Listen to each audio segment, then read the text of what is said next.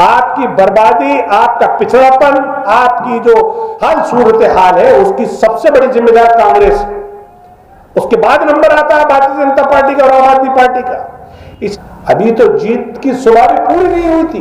कांग्रेस के नेताओं ने जो अपने वोटर्स और सपोर्टर्स के अरमानों का कत्ल किया, वो उस पार्टी में शामिल हो गए जो अपने आप को कट्टर ईमानदार कहती है।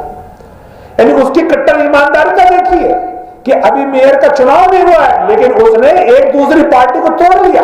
आप लोग जो समझते हो कि भारतीय जनता पार्टी से कुछ जुदा है आम आदमी पार्टी, नहीं, इसे जब भी मौका मिलेगा ये भारतीय जनता पार्टी से भी गहरा डंक मारेगी। जिसके रिजीम में दिल्ली दंगे हुए, जिसके रिजीम में दिल्ली के मुसलमानों की आबरू, उनकी जान, उनकी माल का नुकसान हुआ, उस इलाके में गुस्से से आम आदमी पार्टी को रिजेक्ट किया। जिस तरह से भारतीय जनता पार्टी मुसलमानों के किसी मुद्दे पर बोलने को तैयार नहीं है, बिल्कुल उसी राह पर आम आदमी पार्टी भी मुसलमानों के किसी मुद्दे पर लबकुशाई करने को तैयार नहीं है।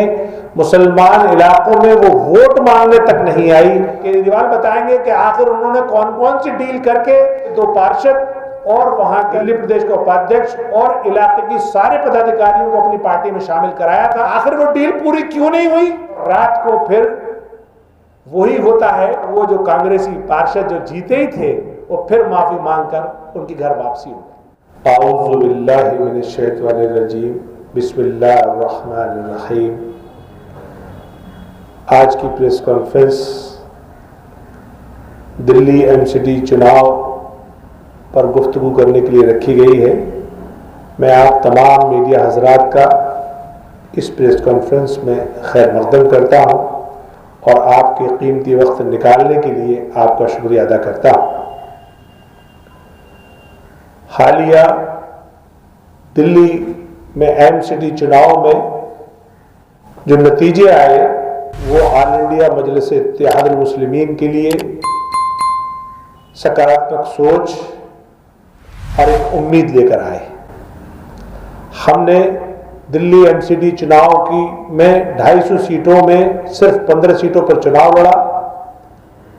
15 सीटों में से 7 सीटों में हमने बहुत अच्छा प्रदर्शन किया।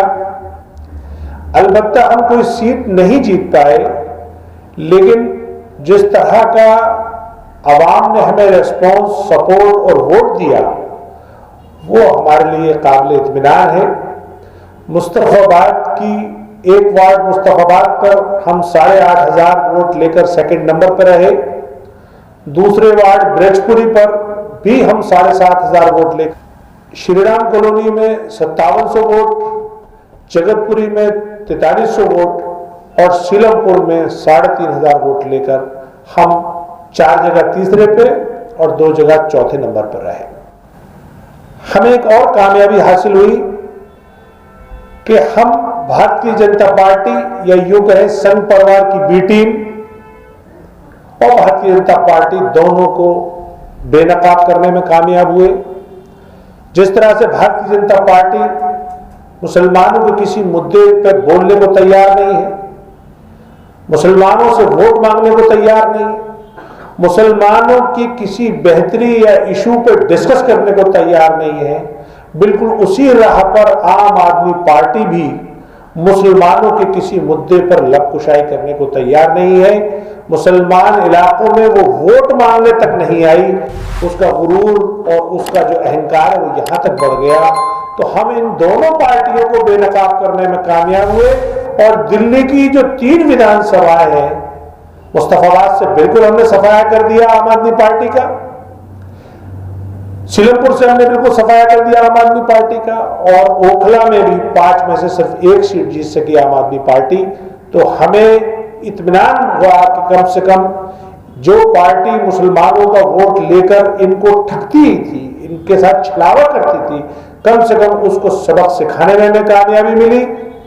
और एक बात ये कि एक चीज हमने मजलिस को राजनीतिक तौर पर दिल्ली की राजनीति में स्थापित कर दिया। अब कोई भी पार्टी, कोई भी सत्ताधारी पार्टी या मुसलमानों के वोट लेने का दम भरने वाली पार्टी अब मुसलमानों को नजरअंदाज नहीं कर सके। ये हमारी कुछ उपलब्धियां हैं। सीट न जीतने की वजह से ये भी वजह रही कि हमारे कैंडिडेट पहली मर्तबा चुनाव लड़ रहे थे, वो सीट जीतते जीतते हारे, क्योंकि आखिरी के जो 3-4 दिन होते हैं उसमें जो पुरानी राजनीतिक पार्टियां हैं जो खेल करती हैं, जिस तरह से अपने पैसों की बोरियां खोल देती हैं, जिस तरह के वो हथकंडे और हरबे अपनाती हैं, हमारे कैंडिडेट उस तरह का उनका मिजाज भी नहीं, उनके पास उतने साधन भी नहीं, इसलिए हम अपनी सीटें कुछ जीतते जीतते हार गए।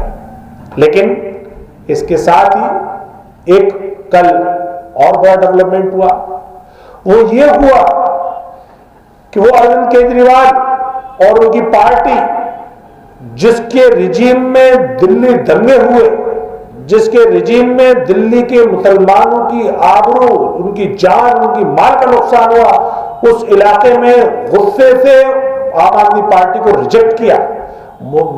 मुस्तफाबाद की एक सीट पर आम आदमी पार्टी की जमानत जब्त हुई और वहां की आवाम ने हमारे साथ साथ कांग्रेस को जिता के भेजा। मुस्तफाबाद सीट पे भी कांग्रेस को जिताया, ब्रिजपुरी पे भी कांग्रेस को जिताया, उसके बराबर वाली नेहरू विहार वार्ड पे भी कांग्रेस को जिताने की भरपूर कोशिश की। और उसके बाद जो कांग्रेस के नेताओं ने जो अपने वोटर्स और सपोर्टर्स के अरमानों का कत्ल किया, अभी तो जीत की सवारी पूरी नहीं हुई थी कि वो उस पार्टी में शामिल हो गए जो अपने आप को कट्टर ईमानदार कहती है। यानी उसकी कट्टर ईमानदारिता देखिए कि अभी मेयर का चुनाव नहीं हुआ है, लेकिन उसने एक दूसरी पार्टी को तोड़ लिया।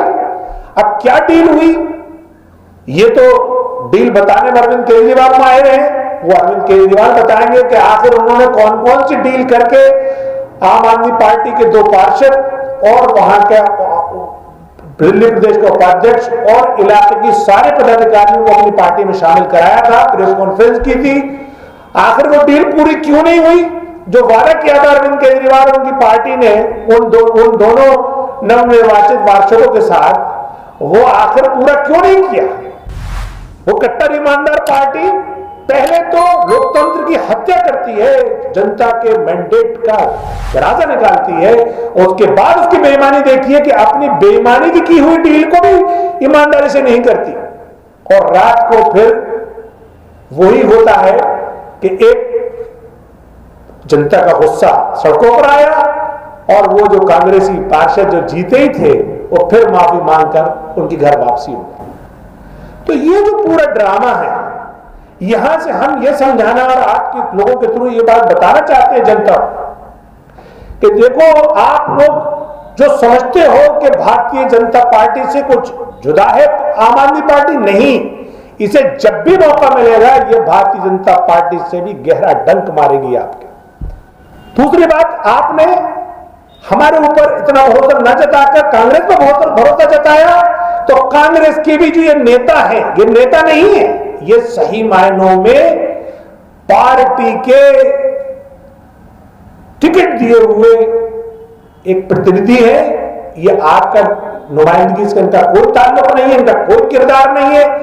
ये आपके अरमानों का ऐसे खून कर सकते हैं, ऐसे कत्ल कर सकते हैं जिस तरीके से कल दोपहर में आप जो दोनों नवनिर्वाचित पार्षद और जो कांग्रेस के उपाध्यक्ष ने किया। मैं दिल्ली मजलिस अध्यक्ष के तौर पे आपको यकीन दिलाना चाहता हूं कि आपको इस सब से सबक लेने की जरूरत है। अभी तो सियासी सफर की शुरुआत हुई है कि आप अगर आम आदमी पार्टी को रिजेक्ट कर रहे हैं तो कांग्रेस मुतबादिल नहीं है। फिर समझ लीजिए, आपकी बर्बादी, आपका पिछड़ापन, आपकी जो बेहाल सूरत हाल है उसकी सबसे बड़ी जिम्मेदार कांग्रेस है। उसके बाद नंबर आता है भारतीय जनता पार्टी का और आम आदमी पार्टी का। इसलिए अगर आपको अपने नस्लों का, अपने इलाकों पर अपने राजनीतिक भविष्य बचाना है तो ऑल इंडिया मजलिस इत्तेहादुल मुस्लिमीन एक बेहतरीन मुतबादिल बनकर आपके दर पर हाथ जोड़कर खड़ी है। आप इसको अपनाइए और जो इस चुनाव में जो भी गलतियां रही, अगर हमारी तरफ से गलतियां रही तो हम उसको दूर करने की कोशिश करेंगे।